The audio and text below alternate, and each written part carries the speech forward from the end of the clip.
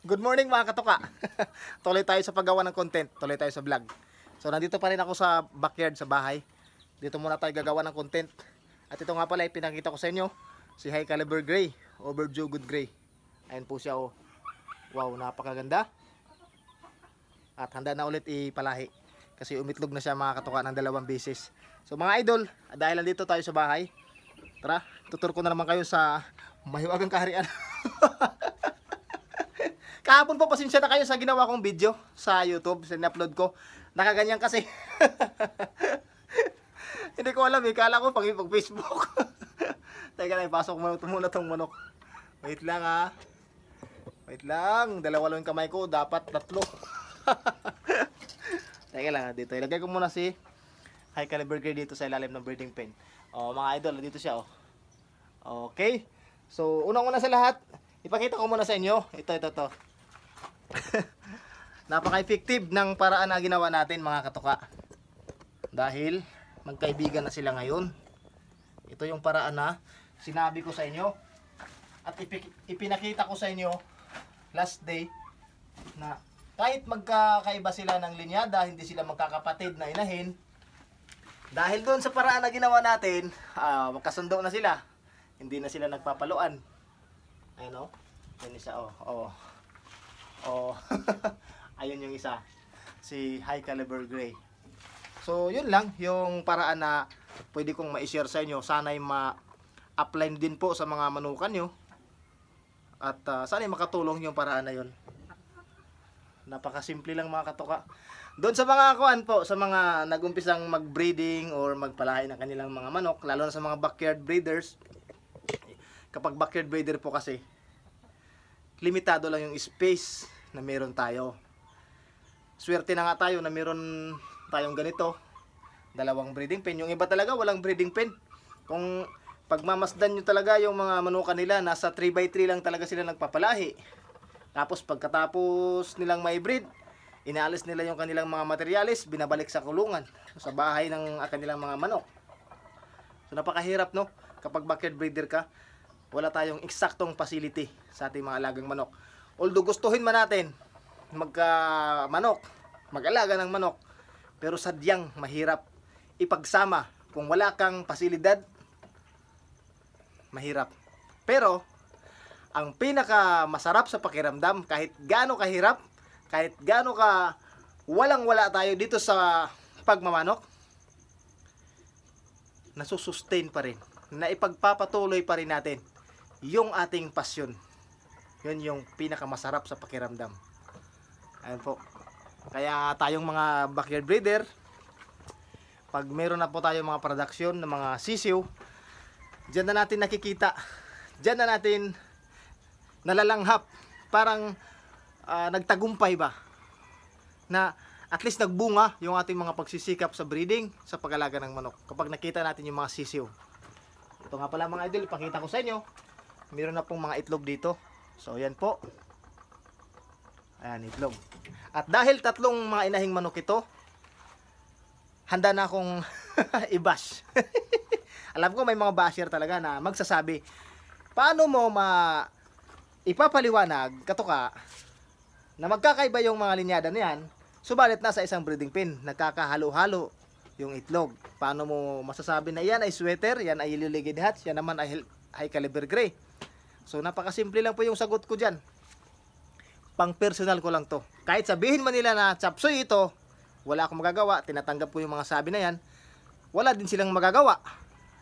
Akin to eh. Paraan ko to. And I love this game. I love my own. So kahit anong sabihin niyo, ginagalang ko. Pero sana igalang niyo rin ako. Palitan lang. Ay hindi naman tayo namimilit, sa totoo mga katoka.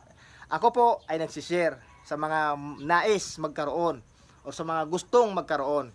Pero hindi ko rin po tinatago, sinisikreto sa inyo na itong linyadang ito ay ganito, ito po ay ganito. Sinasabi ko po palagi. Ang linyada ko po na ginagamit ngayon, 3. Sweater 5K, High Caliber Gray, at yung Yellow Legged Hats na bago dito sa akin.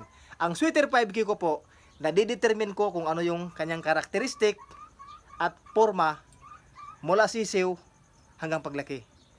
Sa gray naman, hindi na natin pwede i-determine pa. Paglabas na talisain, so ibig sabihin sa high caliber gray. So dito sa Iloligid Hats, medyo mahirap. Kasi bago ko lang to eh. Kumbaga bagong linyada na meron ako dito sa manukan. Pero kahit ganun pa man, kung merong lalabas talaga na iba, ay wala akong magagawa. Pang personal use. Kung hindi sila gusto sa aking linyada, ay okay lang. It's very nice. Gagamitin ko naman ng personal eh. So yun lang. Tinignan ko yung oras. Baka 8 minutes na. Medyo mahaba dito sa YouTube mga katoka. Hindi katulad sa Facebook. Sa Facebook 10 seconds, 15 seconds, go, upload. Dito mahaba 8 minutes. Kaya sa mga baguhan lang dyan sa pagbablog,